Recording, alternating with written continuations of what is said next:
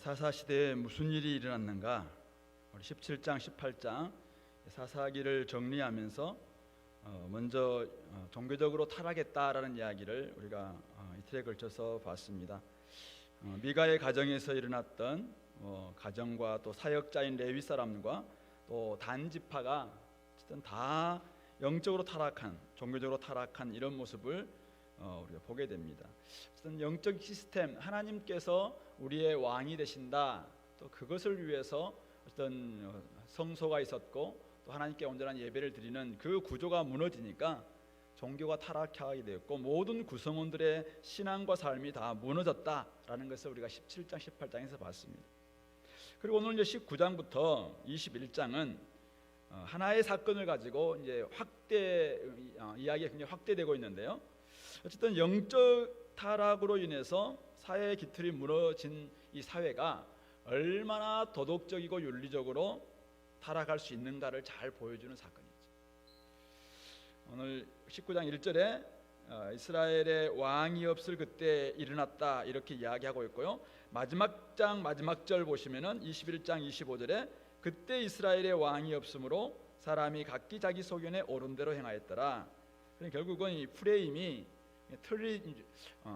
출발할 때 이 사건 이스라엘의 왕이 없었더니 이런 일이 벌어졌다. 그리고 마지막에 이스라엘의 왕이 없더니 자기 소견에 옳은 대로 행해서 이런 일이 벌어졌다. 그 사건이 뭐냐? 19장, 20장, 21장에 나와 있는 내용이다. 바로 그것을 설명하고 있는 것이죠. 한마디로 말해서 영적인 틀이 무너지니까 윤리적, 도덕적 부패 찾아올 수밖에 없었다. 그 이야기를 보여주고 있습니다. 오늘 19장은 특별히 저는 환대라는 키워드로 한번 풀어봤는데요.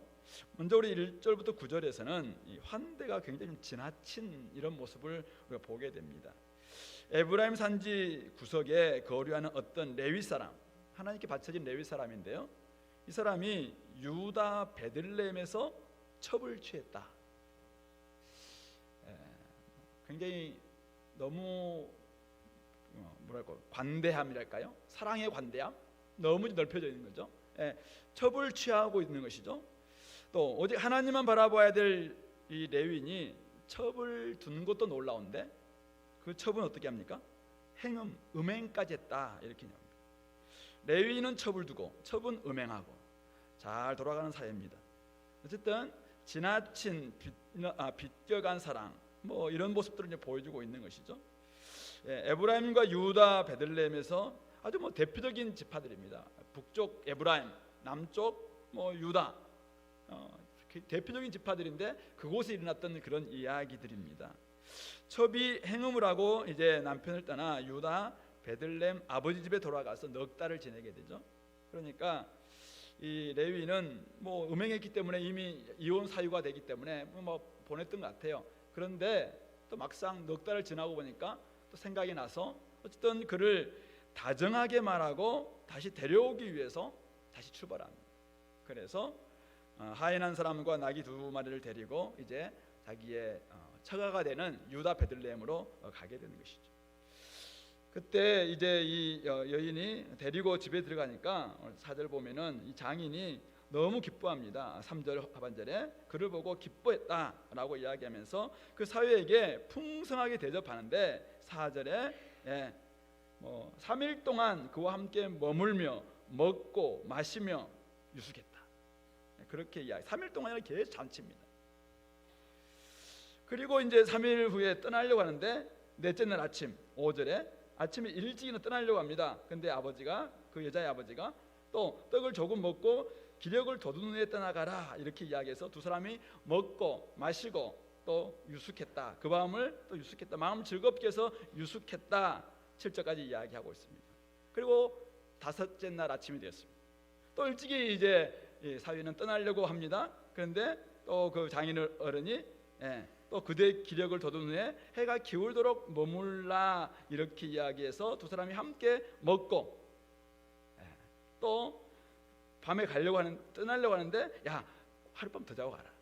지금 3일, 4일, 5일 동안 계속 지금 붙잡고 있는 것이죠. 그래서 내일 일찍이 그대의 길을 가서 그대 집으로 돌아가라 이렇게 얘기했다라는 것입니다. 계속 붙잡고 있는 모습. 굉장히 친절하죠. 엄청나게 지금 환대를 하고 있는데 사실은 환대가 지나치면은 사람을 좀 피곤하게 합니다. 일상생활을 제대로 할 수 없을 정도로 지금 계속 사실은 극진한 대접을 하고 있긴 한데, 좀 뭔가 자기 딸이 잘못했기 때문인지 몰라도 지나치게 지금 뭔가를 하고 있는 이런 모습을 보게 됩니다. 이 환대, 다른 사람을 접대하고 대접하는 이런 일들은 유대인들에게 있어서 굉장히 중요한 규례였고 하나님이 가르치신 어떤 말씀이다, 규례다라고 보시면 됩니다.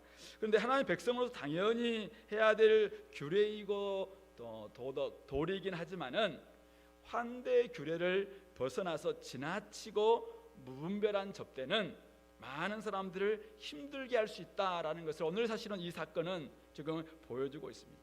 사흘, 나흘, 닷새가 지났음에도 불구하고 계속 머물고 계속 발목을 잡는 이런 환대, 이것은 사실은 환대를 넘어선 잘못된 접대다라고 말할 수 있을 것 같아요.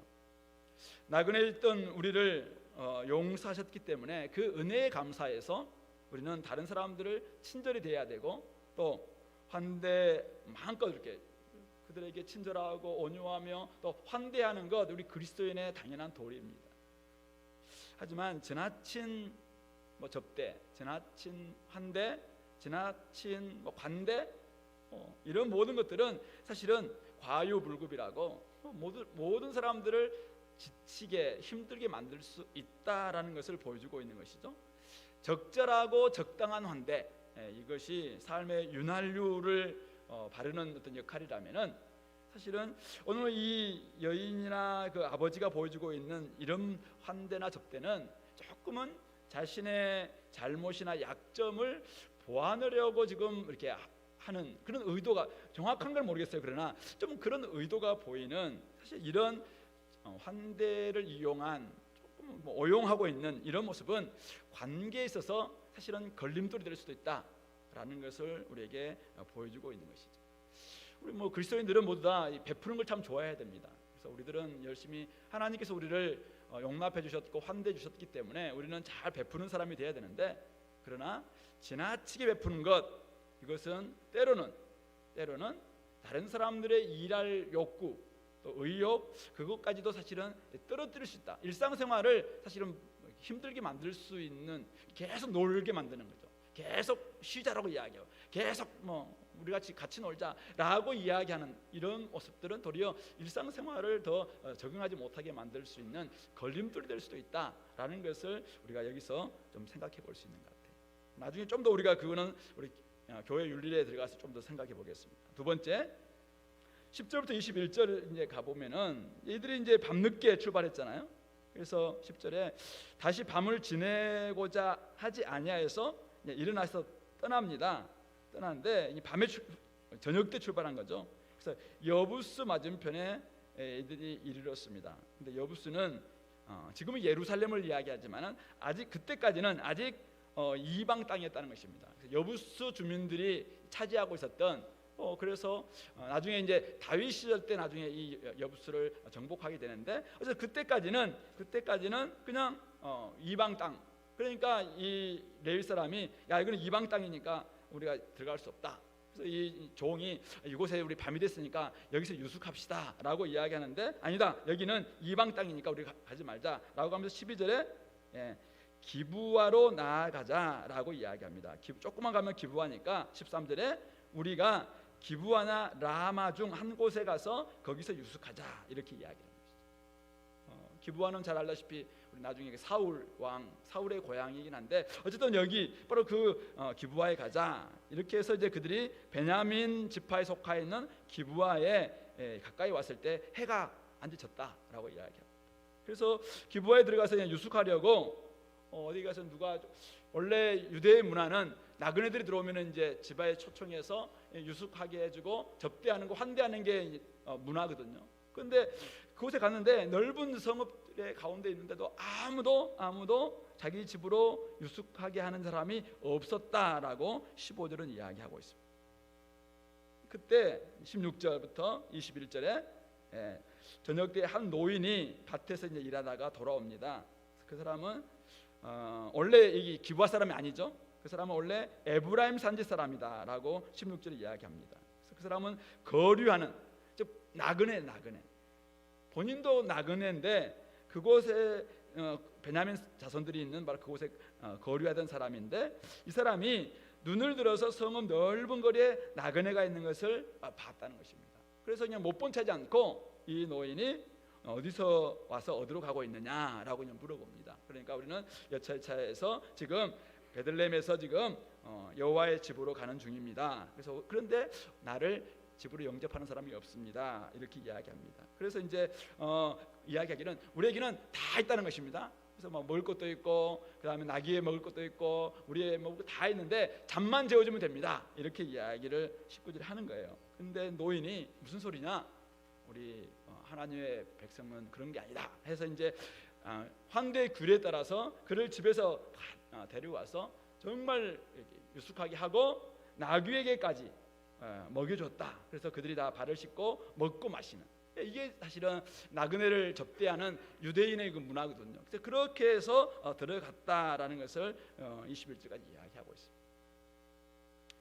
여기는 사실은 이제 원래 이 베냐민 지파, 또 베냐민 지파는 위에는 에브라임 지파가 있고 아래는 유다 지파가 있는 아주 중요한, 사실 유다 지파에도 중요한 지파이긴 한데, 어쨌든 이 베냐민 지파 기브아에 도착했지만은 아무도 그들을 환대하지 않았다는 것이죠. 거류하고 있는 이 노인만이, 나그네만이 지금 이 사람들을 영접하고 있다라는 것이죠. 물론 우리가 나그네는 나그네 마음을 알고 문을 열고 환대해 주죠. 그러니까 나그네로서 우리도 객이었다, 우리도 나그네였다라는 마음이 있다면은 얼마든지 나그네와 객과 힘든 사람들을 환대하고 영접하고 유숙하게 하는 게 바로 하나님께서 이스라엘에게 주신 규례거든요. 근데 이미 이 기브아 사람들은 환대 정신, 다른 사람들을 객과 나그네들을 영접하는 그 정신들이 지금 흐릿해졌다라는 것을 이제 보여주고 있는 단면입니다. 이 땅에서는 누구나 외롭고 힘들게 살아갈 수밖에 없는 나그네임을 아는 사람들은 길에서 유숙하려고 하는 나그네를 영접하고 환대하는 게 당연할 것입니다. 하지만 이미 그곳에 정착했거나, 그래서 그곳에서 아직 안정된 삶을 살고 있거나, 아니면은 다른 가치가 들어왔어, 세속적 가치가 들어왔거나, 아니면 이방 문화의 가치가 들어왔거나, 저는 이제 환대하고 다른 사람들 돌보는 것 자체가 손해다. 그들을 데려봤자 사실은 우리 집안에 뭔가 충나지, 아니면은 그들이 도둑이 될 수도 있다. 쉽게 문 열어서는 안 된다. 이런 문화가 사실은 가치관들이 들어오기 시작하면은 사람들은 서로에 대해서 두려워하기 시작할 겁니다. 그리고 문을 닫기 시작하죠. 그러면 당연히 그 사회는 환대는 사라지는 것이고, 점점 환대가 사라지니까 옆집에 누가 사는지, 나그네가 오든 누가 오든 관심이 없는 거죠. 그래서 결국은 어두운 밤에는 밤 문화만 꼽힐 수밖에 없는, 서로에 대해서 잘 모르고 서로에 대해서 대적하고 서로에 대해서는 전혀 관심이 없고, 그러니까 결국은 어두운 밤, 이게 사실은 주름 잡는 그런 시대가, 그런 사회가 되어 있는 것이 지금 이 기브아의 모습이다라는 것을 사실은 이제 보여주고 있는 것입니다. 다른 이들과 서로 연결되어 있다는 우리 한 사람 한 사람들이 나 혼자 이곳에 유아 독존 그렇게 존재하는 것이 아니라, 우리는 서로 연결되어 있는 상호 의존적 존재다라는 것을 우리 그리스도인들, 우리 모든 사람들이 다 가지고 있을 때 우리는 서로에 대해서 돌아볼 겁니다. 서로 돌아보아 사랑과 선행을 격려하는 사람들이 누굽니까? 그리스도인들이죠. 그런 사람들은 이 땅에서 나그네들입니다. 이 땅은 객과 나그네로, 이 땅에 우리가 정주하는 것이 아니라 이 땅은 지나가는 길이란 말이에요. 순례의 길이란 말이죠. 그렇기 때문에 우리는 이 땅에서 고난이 있고 어려움이 있고 힘듦이 있습니다. 그러니까 서로를 돌아보아서 누가 나와 같은 고난을 당하고 있는가, 누가 나와 같은 어려움을 당하고 있는가를 서로 돌아보고 사랑과 선행을 격려하는 사람들이 그리스도인들이죠. 그런데 상호 의존되어 있지 않는 이런 사회가 되면 어떻게 됩니까? 사회학자들이 이야기하고 있는 모래알 같은 사회가 됩니다. 이 군집이 군집, 공동체가 아닙니다. 그러면 이미 서로의 관심이 없습니다. 함께 모여 있지만은 이것은 집단이지 공동체가 아니라는 거죠. 그런 사회 속에서는 서로에 대해 관심도 없고, 여기에서는 오직 이제는 이해관계에 의해서만 살아갈 수밖에 없는, 그래서 그 안에서는 온갖 소외와 그냥 일탈 행위와 이런 것들이 막 일어나는 그런 사회가 될 수밖에 없다라고 뭐 우리 사회학자들이 많이 이야기를 하죠. 그리스도인들도 세상의 영광 또 자신의 어떤 소유 여기에 지나치게 집착하면은 다른 이들을 돌아볼 수 있는 여유는 아주 사라지고 말 것입니다. 옛날에 우리가 이제 쪽빵, 단칸빵 막 살 때 있지 않았습니까?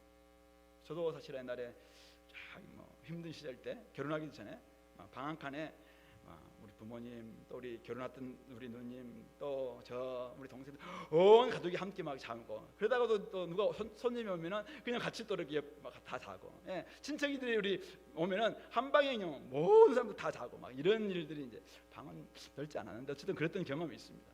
예, 그런 게 있는데 예, 그렇게 하다가 나중에 이제 집이 좀 넓어지고 또 나름대로 화장실도 2개가 되고 또 뭐가 되고 막 이러면은 점점 이게 그때는 더 잘 이렇게 열 것 같은데 사실은 더 집을 닫게 되는. 나중에 처음에는 막 아파트가 생기면서 막 이 집도 가보고 저 집도 다 가보고 하잖아요. 근데 지금은 아파트에 들어갈 수가 있나요? 옛날에 안 그랬는데 전부 다 무슨 아파트든 다 번호키 있고 그 다음에 아예 그 집에 들어가지 못하도록 울타리 생겼고 예, 그래서 참 각박한 세상이 되었구나라는 것을 많이 느끼게 되는데 뭐 그리스도인의 사회도 지금 오늘 이 기부화가 다 그런 사회가 되고 있다는 것입니다. 지난날의 기억을 다 잊어버리고 다른 이들을 위해서 내주는 공간 굉장히 힘들어하는 그런 사회가 되어 있었던 것이 바로 지금 이 기부화 사회다라는 것을 보여주고 있는 것이죠. 저희들도 마찬가지입니다. 우리가 객과 나그네 드렸다는 사실들을 우리가 기억하지 못하고 그래서 그것을 우리가 기억하지 못하면은 오늘 나그네의 소름, 나그네의 힘듦, 나그네의 아픔 이런 부분들을 제대로 이해할 수가 없습니다. 오늘 이곳에 거류하고 있었던 이 에브라임에서 온 이 한 노인처럼 사실은 그가 지금 거류하고 있으면서 자기도 거류하고 있지만은 하나님의 이 환대 규례를 기억하면서 사람을 이렇게 환대하고 있는 것처럼 사실 우리가 이 땅에서 우리는 이 땅에 완전히 정주하고 있는 사람들이 아니라 정착한 사람들이 아니라 우리는 이 땅을 지나가는 사람들이다. 이런 마음이 있을 때 우리는 다른 사람들을 위한 사실은 열린 공간이 더 크게 허락되는 것이 아닐까 생각해 보는 것입니다. 나그네 의식이 사라지면은 결국 이 땅도 뭐 기부화 사람들처럼 환대가 사라진 각박한 사회를 우리가 만들고야 만들 수밖에 없는 그런 모습이 된다는 것을 우리는 기억해야 할 것 같습니다. 그리고 이제 22절부터 30절 오늘 어쩌면은 굉장히 지나가고 싶은 어떻게 이런 일이 있을 수 있나 하는 그런 이야기 우리가 들어갈 수밖에 없는데요. 환대를 버리고 적대하는 사람들의 이야기가 22절부터 30절에 등장하고 있습니다. 여기에는 몇 가지의 대조적인 모습을 우리가 발견하게 되는데요. 이 노인은 특히 나그네인 노인은 굉장히 이들을 환대했는데 오늘 22절부터 24절에 보시면은 이 기부화 사람들은 환대를 아예 실천을 하긴 떠나서 아주 박대 내지는 홀대를 떠나서 적대하는 분위기입니다. 적대하는. 그래서 22절에 보시면은 그 성읍의 불량배들이 그 집을 에워싸고 문을 두들깁니다.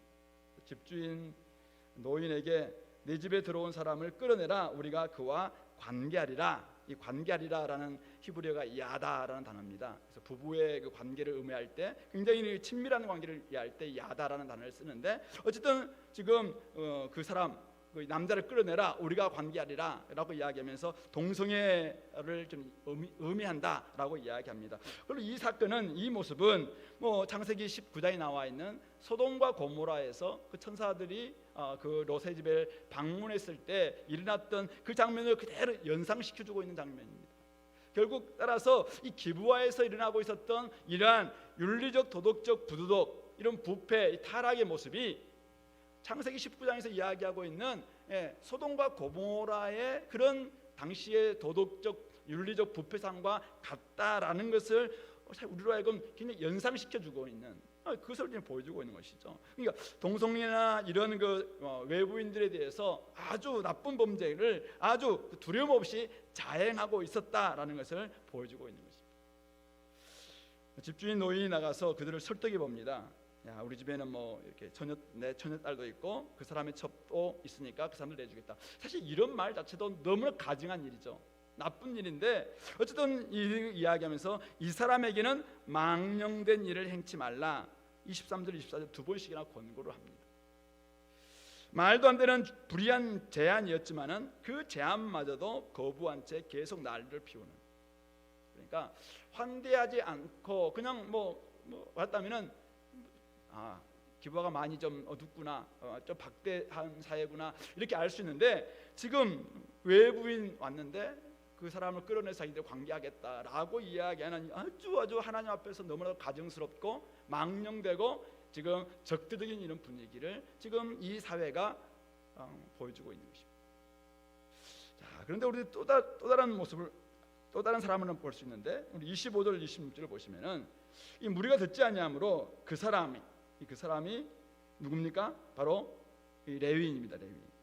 그 사람이 자기 첩을 붙잡아 그들에게 밖으로 끌어냈다. 이 끌어냈다라는 이 동사가 히브리에서는 강제적 표현이라고 이야기합니다. 강제적으로 아예 끌어냈다는 거예요. 그래서 그들이 그 여자와 관계하였고 밤새도록 그 여자를 능욕하다가 새벽 미명에 놓았다. 동틀 때 여인이 자기 집 주인이 있는 그 집사람 문에 이르러 엎드러져 밟기까지 거기 엎드려 있었다. 우리가 앞에서 장인의 지나친 환대를 봤습니다마는 사실은 이 장인은 자기 딸을 부탁하면서 굉장히 극진하게 환대한 것이죠. 극진하게 대접한 것이죠. 극진하게 선대한 것이죠. 제가 보기에는 어쩌면은 자기 딸의 또 잘못도 분명히 있을 것이고, 그러면 때문에 어쨌든 간에 조금 지나치긴 했지만은 어쨌든 극진하게 대접하고 사실은 긍휼을 베풀어 달라고, 인애를 베풀어 달라고 그렇게만 부탁도 했을 거라 생각해요. 그런데 그러한 장인의 극진한 환대와는 너무나 대조적으로 이 사람은 자기를 보호하기 위해서입니다. 자기를 보호하기 위해서 자신의 첩을 붙잡아 그들에게 밖으로 강제적으로 끌어냈다는 거예요. 그리고 밤새도록 능욕하다가 새벽에 놓도록까지 방치하고,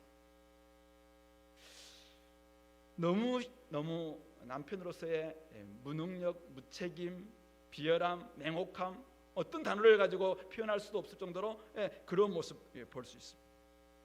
여인이 자기 집에 주인이 있는 그 집 사람 문에 이르러서 엎드러져 밟기까지. 그러니까 여인은 지금 집 앞에서 아주 문전박대를 당하고 있는 것이죠. 아니, 이 남편에게서 지금 엄청난 적대를 당하고 있는 것이죠.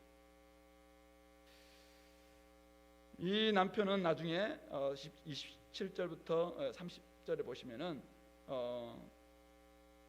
일찍 일어나서 27절에 그 주인이 일찍 일어나서 집 문을 열고 떠나고자 했다. 그러니까 자기 아내는 밖에서 지금 능욕을 당하고 있는데 잠잤다라는 것을 말해주고 있는 겁니다. 그러면서 그 집에 엎드러져 그의 두 손이 문지방에 있는 것을 보고 일어나라, 우리가 떠나가자.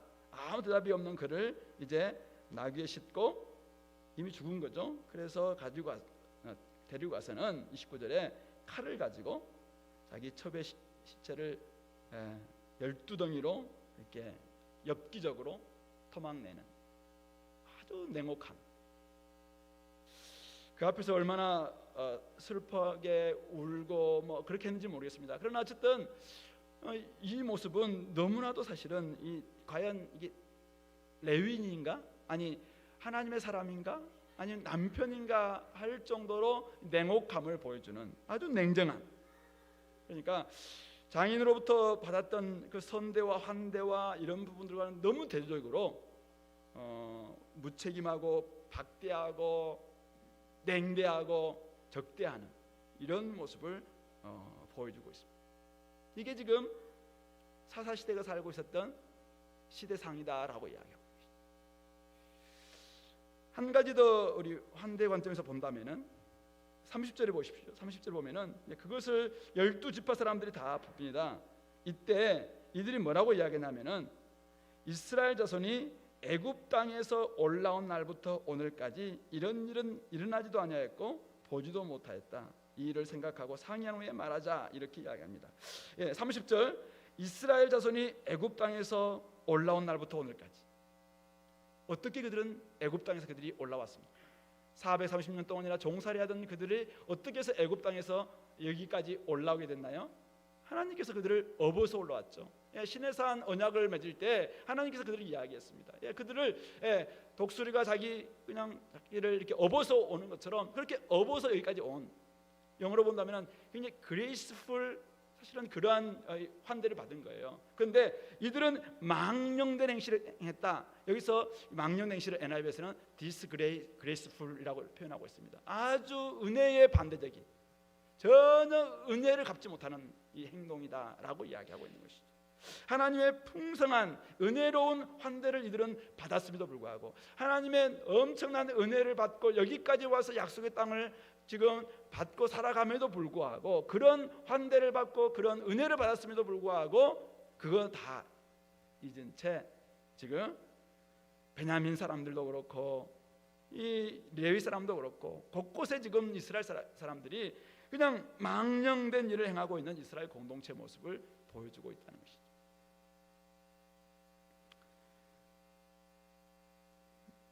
이스라엘 자손이 애굽 땅에서 올라온 날부터 오늘까지 하나님의 은혜로 여기까지 왔음에도 불구하고, 하나님의 은혜 아니면 살아갈 수 없는 자들임에도 불구하고 그것을 잊어버린 채 그 사회는 그냥 자기가 어떻게 여기 있는지, 자기가 어떻게 해서 이 지역을 차지하게 됐는지, 자기들이 어떻게 해서 이런 지금 여유와 먹는 것과 입는 것, 이것을 누리고 있는지 이것을 다 잊어버렸기 때문에, 하나님으로부터 받았던 그 은혜로운 환대를 잊어버렸기 때문에 결국 사람들을 향해서 망령된 일을 행하는, 전혀 환대할 줄 모르고 도리어 적대하고 냉대하고 박대하고 홀대하는 이런 모습들을 보이고 있다라고 이야기하고 있는 것입니다.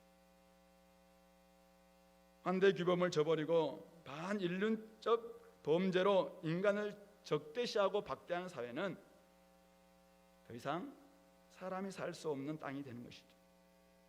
사람에 대한 최소한의 예의와 대접이 사라지면은 남는 것은 우리 20장에 보이는 것처럼 전쟁, 복수, 광기 어린 살육, 그런 이야기들로만 가득 채워질 수밖에 없다라는 것을 말씀하고 있습니다. 오늘 이 19장 1절에 하나님을 왕으로 모시지 않으므로, 하나님이 왕으로, 이스라엘의 왕이 없었더니 사실은 하나님께서 왕으로 계셨죠. 그런데 그들은 하나님을 왕으로 모시지도 않고 인정하지도 않는 가운데 살아가는 그 사회의 모습이 얼마나 엄청난 파국과 심판의 모습, 내버려 두심의 모습이 될 수 있는가라는 것을 오늘 우리에게 보여주고 있는 것입니다. 이런 사회는 한마디로 말해서 소돔과 고모라처럼 망할 수밖에 없다라는 것을 가르쳐주고 있습니다. 이스라엘의 왕이 없으므로 사람들은 각기 자기 소견에 옳은 대로 행했습니다. 옳고 그른가의 기준이 오직 자신들의 눈에 좋고 나쁜가의 감정, 우리 바울 사도의 표현으로 든다면 육체의 원함, 마음의 원함대로 행하는 것이죠. 그러나 로마서에서 이야기하고 있는 것처럼 의인은 없나니 한 사람도 없는데, 아니 인간이 죄 없이 사는 사람이 누가 있습니까? 모든 사람들이 다 죄인들이고 모든 사람들의 의인은 없나니 한 사람도 없는데 어떻게 자기 눈에 자기 소견이 옳을 수 있겠는가? 그러므로 다른 사람들의 생명, 다른 사람들의 인권, 다른 사람들의 안위, 다른 사람들의 행복 거들떠보지 않는 그런 사회가 되는 것은 당연하다는 것입니다. 이 땅에 하나님 없이 이 땅이 구원이 가능한가? 아무리 다른 윤리를 이야기하고 과학을 이야기하고 다른 학문을 가지고 이야기해도 사실은 성경에서는 구원이 없다는 것이죠. 왜요? 인간에게는 이 옳음이 없기 때문에 그렇습니다. 오늘날 비인간화에 대해서 우리 여러 가지 대책을 내놓습니다. 어떻게 하면 우리가 이 비인간적인 사회를 새롭게 해볼 것인가, 여러 가지 대책을 내놓습니다만은 결국은 나중에 우리가 이 레위인 사람이 보여주고 있는 엽기적인 방법으로라도 복수하지 않으면 최소한의 정의도 시행되지 못한다, 이런 생각에 사람들이 동의하거나 맞아 그럴 수밖에 없다, 적어도 우리는 그렇게 해야지 라고 이야기합니다. 얼마 전에 제가 우리 아들과 조커라는 영화를 봤습니다. 여러분들 보셨는지 모르겠는데 아무도 웃지 않더라고요. 저 혼자 웃었습니다. 그러니까 사람들은 옆에서 팍 그러시는데 웃을 수 없는 분위기인데 저는 되게 웃었습니다. 너무 좀 슬프기도 하고 좀 우습기도 하고 이런 모습들을 막 혼자서 웃으니까 조커냐면서 막 이야기하더라고요.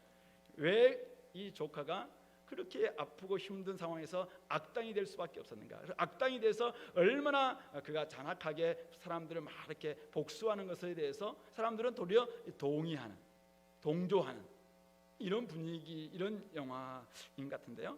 어쨌든 보면서 참 씁쓸하다라는 생각이 있습니다.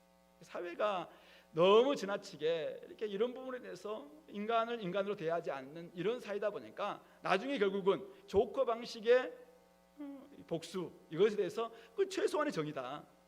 그렇게 해서라도 어쩌면은 그렇게 해야 되지 않느냐라는 부분에 동의하고 그냥 때로는 방조하기도 하는 이런 사회가 되고 있다는 것입니다. 우리는 하나님의 주인 되심이 사라진 세상의 모습을 우리 주변에서 잘 보고 있습니다. 도덕적 부패, 윤리적 타락은 지금 절정에 다다르고 있고요. 분류는 일상화되고 있습니다. 우리나라뿐만 아니라 중국 이야기는 저리 가고요. 곳곳에서 이런 것들은 지금 일상화되고 있습니다. 바람을 피웠다 그러면 맞바람으로 나아가야 된다라고 이야기하는 이야기들을 많이 합니다. 상처와 눈물이 가득한 그런 세상 이야기 우리 주변에 널려 있습니다. 다른 이들의 생명을 짓밟고 가족들과 이웃들을 돌보지 않는 적대, 박대, 홀대 곳곳에 일어나고 있습니다. 왜 그랬는가? 성경은 명확하게 이야기합니다. 하나님을 떠났기 때문에. 이스라엘의 왕이 없는 사회, 자기 소견에 옳은 대로 행하는 결과는 바로 그것이다라고 분명하게 말씀하고 있습니다. 그렇다면은 우리 교회는 어떻게 그러면은 이런 무너진 사회, 어쩌면은 인간을 환대하기보다는 박대하고 홀대하고 악대하고 적대하는 이런 사회를 바꿀 수 있고, 우리 교회가 사실은 어떻게든지 조금은 그래도 하나님을 믿는 사람으로 하나님 우리에게 주셨던 어떤 윤리적인 어떤 함의를 가지고 우리가 조금 개선해 나갈 수 있는 거리는 뭐가 있는가 생각해 보자는 것입니다. 네 가지 오늘 좀 제 나름대로 생각하면서 오늘 본문을 중심으로 한번 생각해 봤습니다. 첫 번째, 어리석은 접대, 쾌락, 방탕, 술 취함, 흥청망청으로 지금 지나친 접대, 지나친 환대, 지나친 이런 것들로 가득 차 있는 이런 세상을 우리가 맞이하고 있는데, 이럴 때 교회는 일이 얼마나 중요한가, 그리고 휴식, 환대가 또 얼마나 소중한가, 이 균형을 잘 잡아주는 필요가 있을 거예요. 그래서 정말 우리는 6일 동안 열심히 일할 수 있는 일의 중요성과, 그리고 하루의 그 쉼을 통해서 하나님께서 이 일을 충분히 또 할 수 있도록 하기 위한 그 하루의 쉼이, 사실은 그것이 하나님 앞에서의 예배일 수도 있고, 서로에 대해서 우리가 휴식하면서도 함께 환대하는 이러한 이 균형을 잡는 거죠. 이 균형을 통해서 일상으로의 복귀할 수 있는 힘을 만들어주는 것. 결국 우리가 6일 동안의 삶 속에서 하나님 우리에게 온 땅에 충만할 수 있도록 다스리고 또 이 땅을 온전히 온전히 관리하도록 우리에게 책임을 주셨다면은, 이런 부분에서 우리가 어떻게 할 것인가? 무조건 일만 할 것인가? 7일 동안 일만 할 것인가? 아니면은 늘 우리는 잔치 벌리고 또 접대하고 환대할 것인가? 그게 아니라는 거예요. 6+1이죠. 6일은 열심히 일하고, 하루는 분명하게 우리는 쉬면서 하나님으로 또 환대를 받고 서로에 대해서 환대하고, 그러는 가운데서 우리는 다시 일상으로 나아가는 그 힘을 우리가 갖게 만드는 이 구조, 이 리듬을 교회가 회복해 주자는 것입니다.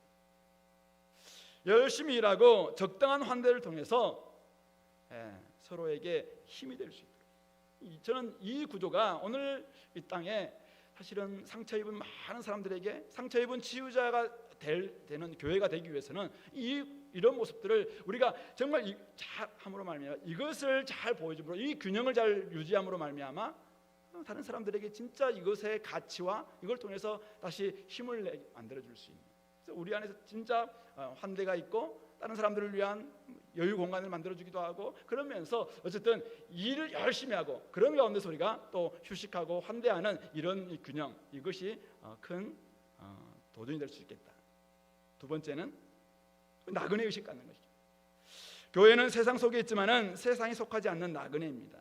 그러므로 나그네 사정을 잘 이해하고 그들을 위한 공간을 교회가 마련해 줄 수 있으면 좋겠다는 것입니다. 친밀하고 따뜻한 환대로 지금 지쳐있는 나그네들이 자신의 몸을 잠시 녹일 수 있도록 감싸줄 수 있다면 교회가 얼마나 이 땅에 조금은 더 이 박대와 적대와 홀대로 가득 차 있는 이 땅을 조금 더 아름답게 만들 수 있지 않겠는가. 하나님이 우리에게 주신 이 환대 규례를 다시 회복하자는 것입니다. 그래서 과와 과부와 객과 나그네들, 이들을 위해서 이삭을 다 줍지도 않고 저 귀퉁이의 것들을 놔두기도 하고, 때로는 또 그들을 향해서 끊임없이 환대하고 그들의 먹거리뿐만 아니라 짐승들의 먹을 것까지도 다 주었던 그 규례, 환대 규례를 다시 우리 교회가 회복해서 우리 가운데 와 있는 지치고 상한 심령들, 아파하는 사람들, 이런 사람들을 온전히 우리가 돌볼 수 있는 그런 휴식 공간, 환대 공간, 이것들이 좀 필요한 것 같아요. 공동체 방과 우리 교회 공간과 또 여러 가지 우리의 마음의 여유와 이런 것들을 가지고 나그네 의식 버리면은 사실 이거 어렵습니다. 서초동에 있으면서 사실은 가정을 이렇게 개방하고 이런 부분들 쉽지 않을 거라고 저는 생각합니다. 그러나 교회는 얼마든지, 우리 교회에 다니고 있는 성도들은 얼마든지 이런 부분들을 통해서 우리가 잃어버렸던, 그냥 지금도 모래알과 같은 이런 집단, 군집이 되어 있는 이 사회를 조금은 더 끈끈하게 만들 수 있는 그 가능성들이 저는 우리 교회에 있다라는 것을 다시 한번 생각하면서 이 일로 나아가보자. 세 번째는, 오늘 우리 아무리 막 가는 세상이라도 교회는 언약의 백성들이고 또 서약을 신실하게 지키고 가정을 충성스럽게 책임을 다하는 그 기준을 우리는 그걸 감당하면서 그 기준을 반드시 이 땅 가운데서 분명하게 제시하자. 가정 우리 있어서 하나님께서는 일부일치제를 주셨다.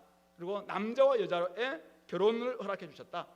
남편은 아내를 그리스도처럼 사랑하는 것이고 또 아내는 남편에게 교회가 그리스도께 복종한다. 이런 모습을 통해서 우리가 얼마든지 행복한 결혼 생활을 할 수 있다라는 것을 보여줄 때, 이 기준을 제대로 제시해주고 그것을 온전히 보여줄 때 그냥 첩을 두기도 하고 또 그냥 동성애가 벌어지고 이런 온갖 지나치게 마음의 관대 지나치다 보니까 도리어 가장 중요한 선까지도 다 넘어버리는, 하나님이 제시주신 이 선들을 너무 넘고 있는데 그런 것들을 교회가, 교회 다니는 사람들은 분명히 이것을 지켜내자겠죠. 그래서 우리가 우리의 역할들을 신실하게 감당하는 거예요. 남편은 남편으로서 역할을 신실하게 감당하고 아내는 아내로서의 책임을 신실하게 감당하고 또 우리 가정은 가정으로서 감당하고, 이런 모습들을 우리 그리스도인들이 제대로 보이면서 행복하게 살아가는 모습들을 세상에 보일 때 사실은 거기에 좀 그들은 묘한 매력을 느낄 것이고 그러면서 조금씩 바뀔 수 있지 않겠는가라는 거죠. 사실 이런 것들을 해봤자 소극적 윤리겠죠. 그럼 마지막, 적대 박대 복수의 칼이 번뜩이는 세상에서 교회는 결국 십자가를 통해 주님의 우리가 온전한 환대를 경험한 우리 그리스도인들이 이것을 온전히 우리가 맛봤기 때문에, 하나님의 환대를 진짜 맛본 저희들이 이게 어떤 은혜인지, 이것이 어떤 놀라운 일인지를 복음을 전하고 복음을 살아내므로 새로운 윤리를 보여줘야 된다는 것이죠. 이 땅에서는 아까도 이야기했다시피 이 조커와 같은 그 윤리, 그런 방식을 다 그냥 이해하고 그럴 수도 있지라고 이렇게 받아들이는 그런 세상입니다. 근데 복수는 또 다른 복수를 나갈 것이고, 결국은 지금 홍콩의 사태를 보더라도 너무나 지금 아파하는 지금 모습으로 계속 더 파국을 치닫고 있거든요. 이 땅에서 우리가 정말 이것을 한 번은 끊어줘야 되는데 그 끊어줌이 어디서 비롯될 수 있는가? 그것은 하나님으로부터 온전한 은혜를 경험한 그 경험 없이는 사실은 내가 손해보는 것 같거든요. 그러니까 나는 절대 손해보지 않겠다라고 해서 내가 한 대 맞았다 그러면 나는 플러스 이렇게 해서 그 다음 또 나가는 것이고, 그래서 더 커지는 이런 복수극이 지금 자행될 수밖에 없다는 것이죠. 그러므로 이 적대와 복수에 맞서는 길은 환대와 용서의 길임을 우리 주님께서는 이미 보여주셨습니다. 주님은 철저하게 많은 사람들로부터 엄청난 냉대와 홀대와 적대를 당하셨지만 그들을 다 용서하시고 그들을 결국은 환대하셨고 그들에게 하나님의 사랑을 온전히 보여주셨던 거 아니겠습니까? 따라서 우리 그리스도인들이 그 길을 나아갈 수 있는 준비를 갖춰야 되는데 우리는 능력이 없죠. 그러나 주님으로부터 받았던 은혜와 사랑을 더 깊이 묵상하고 정말 우리가 저 애굽으로부터 여기까지 올라왔다는 이 놀라운 사실을 깨달았다면 이스라엘이 이렇게 살지 않았을 거라 생각해요. 근데 우리가 주님으로부터 받았던 이 놀라운 은혜와 사랑을 진짜 우리가 늘 묵상하고 그것을 깨닫는다면 우리는 이 땅에 살아가는 삶이 세상과 다를 거라 생각해요. 그래서 그런 은혜 받았기 때문에 다른 사람들을 온전히 우리가 때로는 힘들게 내가 참 적대를 당하고 냉대를 당하고 홀대를 당한 것은 맞지만은 그러나 내가 맞대응하지 않겠다는 거죠. 같이 싸우지 않겠다. 그러면서 그들에게 사랑을 베풀고 다시 용서를 베풀고 또 그들을 도리어 환대하고 이런 공간을 우리가 복음을 통해서 보여줄 때 저는 이게 복음의 새로운 윤리라고 믿는데 복음을 삶으로 살아낼 때 그럴 때 이 땅에서 이 환대 하나님의 환대가 제대로 먹힐 수 있을 것이고 결국은 이 땅이 살아날 수 있지 않겠는가. 로마서 바로 5장 10절에서 말씀하고 있는 것처럼 우리가 원수되었을 때 그의 아들의 죽으심으로 말미암아 우리가 하나님과 화목되었음을 생각해 본다면 하나님과 원수였던 우리가 하나님과 화목, 친구가 되었던 것이죠. 이런 관계를 이미 우리가 받았기 때문에 화목된 자로서 결국은 우리는 이 삶으로 나아갈 수 있는 것이죠. 그러므로 우리 그리스도의 사랑에 온전히 힘입어서 쉽지 않겠지만은 다시 용서하고 환대하고 그들에게 좀 손해가 보더라도 그들을 다시 품고 그들에게 여유의 공간을 내어줄 수 있는 그런 우리 가정 성도들 한 사람 한 사람이 될 때 결국 이 땅이 하나님께서 원하시는 새로운 모습으로 변화될 것이고 하나님 나라가 좀 더 확장되는 역사가 있을 줄로 믿습니다. 우리 모두가 다 이 길에 함께 나아갈 수 있게 되기를 소망합니다. 말씀을 좀 기억하면서 같이 한번 기도하겠습니다. 하나님, 내 속에 있는 모습, 이 환대와 관련되어서 하나님께서 주신 말씀의 이 규례와 관련되어서 내가 잘 지키고 있는 것은 어떤 것인지, 아니면 아직도 부족한 부분은 무엇인지, 내 가정은 제대로 내가 지키고 있는지, 남편과 아내로의 관계는 올바로 되고 있는지, 다른 사람들을 위한 마음의 여유와 또 공간들은 마련되고 있는지, 우리 교회는 어떻는지 한번 돌아보면서 하나님의 은혜를 달라고 함께 기도하겠습니다.